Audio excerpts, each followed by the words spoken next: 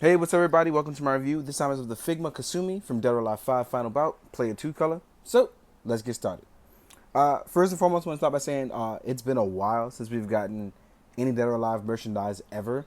So the fact that we even got this figure pretty much surprised me. So, I pre-ordered it, and here we are with it. So, let's get started. I want to start by saying Figma has been doing a great job lately. I know the last thing I reviewed from them was pretty much the coup from Fate. But this figure actually came out really nice. Didn't expect it to be different as it was gonna be, but it definitely is, and I'm gonna talk about it right now. So let's get started on articulation. While Kasumi is the normal Figma that we normally get, they pretty much didn't make her hair articulated. It's stuck the way it is. So you're gonna get the long hair and articulation. Well, you have no articulation, but you're gonna get the long hair. The one thing I don't enjoy, and I wanna pop this out so I can show you guys, is that the neck joint is actually at the back of it. So what's going to happen is you can elongate the head and the neck by pretty much extending it from the back, but it makes her look a little bit awkward in certain positions. So what I suggest you do is actually you blend it back to the point where it's sitting flush and pop it back on. And that way it doesn't look like her neck is way too long when you have her in a standard vanilla pose. Now, as far as arm articulation goes and the head, I'm actually going to take this off for a second. You can get the head to go up, down, left, and right, and it can tilt side to side as well. It's on a full rotating joint. The issue being is that the hair is in the way because there's no articulation. So it's a little bit on the annoying side. Now, as far as arm articulation goes, it actually uses a bit of the old and new articulation. So that way it kind of butterflies in and sprinkles out. The arm joint can wiggle all the way around and through. And although not really double jointed, it does extend really well past the 90-degree point. The wrist guards are actually movable, so you can rotate those as well as the hands. They're on a nice peg, and it's on a standard Figma peg, but it's actually a much nicer one. It's actually more strong and sturdier, even though it is smaller. There is also a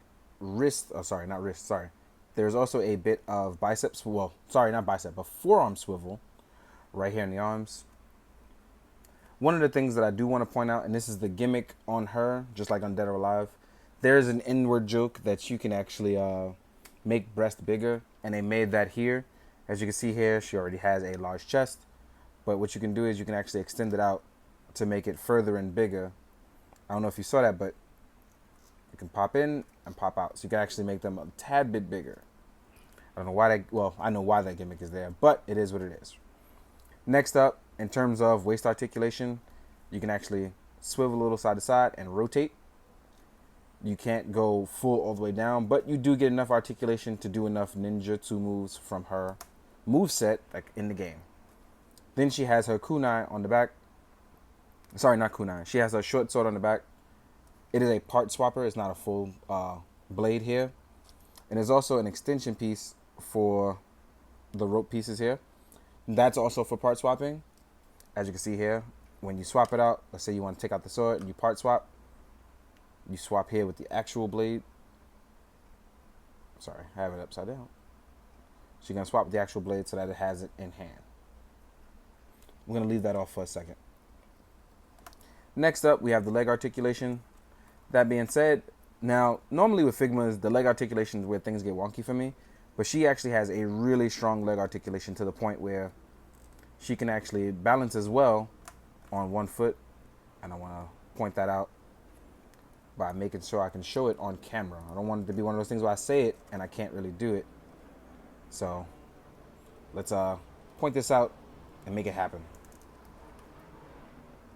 Now, on the box, it shows you a high jump kick. Now, the thing is, even though she can extend really well, it doesn't stay that way with the leg. It comes down some. And like I said, with the head articulation. So let's make sure she can balance. And let's make it happen.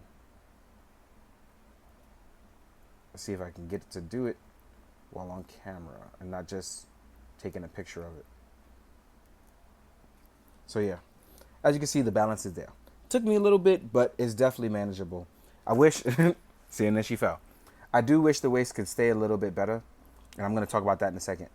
Then there's also a thigh swivel. Now, I thought that was really nice.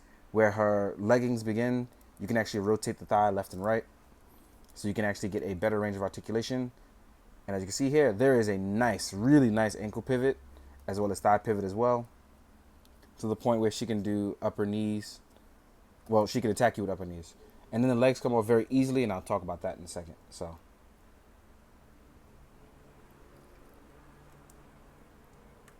as you can see here, looks really nice. Ankle pivot as well as it goes forward. It is not hindrance on the shin guards at all, so I like that a lot. Now, one of the things I want to talk about as I stand her up in a really nice pose, I guess.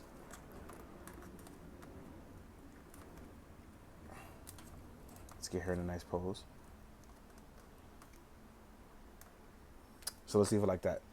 You do get a part swapping for doing her signature pose where she pulls up her leggings after the bout. Now we're going to go into that right now. So what you're going to do is you're going to wiggle the top off, and you're going to remove her legs like I did earlier. And that's the reason why I said they easily come off, and that's for allowing the part swapping. Now, these easily pop on and off to allow you to do that, so that way you don't have to stress putting the stress on the figure parts. So should be 1, 2, 3 easy.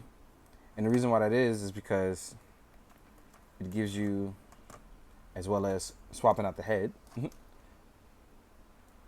And this is why she doesn't have as good as an ab crunch as I would like her to, because they wanted to include this gimmick for her signature pose where she is pulling up her leggings and looking back. They also give you an extra hair. Now this hair is the hair that's actually going to pretty much be for this pose. With that along, there's a signature face that is tagged along with it, where it's her looking over to the side. You can also use it for the other head as well, but we're going to use it on this one. They also advise you in the instructions that you should actually do this as well, which is to make them larger. So instead of it having the articulation to do so from the very beginning, they made it a part swap where you would actually do this to make this. Oop. There are signature and dedicated hands to doing that, and I'll talk about that at the end when I go over the hands. But as far as just doing it here with her, sorry, that came out completely wrong. As far as doing this here, you can make the signature pose. As you can see, it's not as good as on the box because I'm showing you in a review, but I'll promise to get pictures of it as well. But as you can see, she can clearly do it. And this is all nice and dandy, but I kind of wish you could have just included the articulation with it as well, because it's one of those things where I think it looks great. It's definitely a defining moment for the character that you can actually do that. But just like here, as you see the waist rotates in and out, it's, if you extend it not far enough, you'll see the opening gap. So I just wish they extended it a little bit longer to allow for better articulation. All in all, though, it's actually a really good figure, especially because you can do most of her signature moves without hindering the character. And that's one of those things where I didn't think we'd ever get a Dead or Alive figure for that. So the reason, I mean, we got Kasumi. I'm hoping we get other characters from the line. I hope they just don't drop it with her. So let me just swap on all these parts again. And voila, now she's standing straight up. One of the things I want to talk about is the dedicated hands that they have for her. So you get hands for holding each short sword. You get closed fist hands. You get one slap hand. And then you get these two dedicated hands strictly for the part where you're pulling up her leggings / stockings. Make sure you guys can see all that. You get the short sword, and you can actually use the long one, or they give you a shorter one, which actually is meant to go over the hip when you're doing the pose. Let's actually rotate this on. Oops, sorry. It's meant for this one. So, mine's might actually be a little too, yep. Mine's is a little not forming on. So, oh, there we go. I had to squeeze it on really tightly. Didn't really like the look of that. So, as you can see here for the body swapping for the part, you can rotate it either way so you can have it. Or You can just leave it alone, whichever one you prefer. Now, as far as size-wise and size comparison, we're going to compare her to some other figures and other lines. So let's get started. Let's stand her straight up so you can see what she's working with. Let's have her stand as straight as possible. Real quick, we're going to compare her to another Figma. That being, I chose Samus. So as you can see, Samus, even though Samus has heels, is still smaller than her. That's one of those things I didn't expect. I figured she would actually be smaller, but it works out just fine. Even Samus with heels is looking like a smaller character, even though Samus is supposed to be bigger. It kind of works out to show you the comparison between the two, and the fact that they even chose to do a brand new body, which is really dope. Then we're going to compare her to an SHF Chun-Li. As you can see, they actually scale really well together. She's only a tad bit smaller, but proportion-wise, it looks like they actually belong together, which I really do like. Next up, we're going to compare him to a Marvel Legends Iron Fist. Character-wise, we're going to look at standards, and she's small. She's very small, but it looked like she's going to work better with articulated icons and SHF stuff, as well as other Figma stuff. Next up, Kamen Rider Kuga. So like I said, looks like it's going to work a lot better with this scale.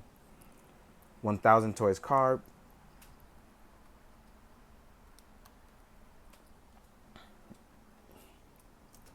Articulated Icons Ninja.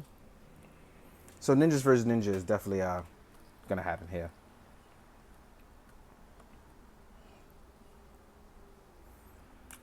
And then last but not least, a Mezco Shazam.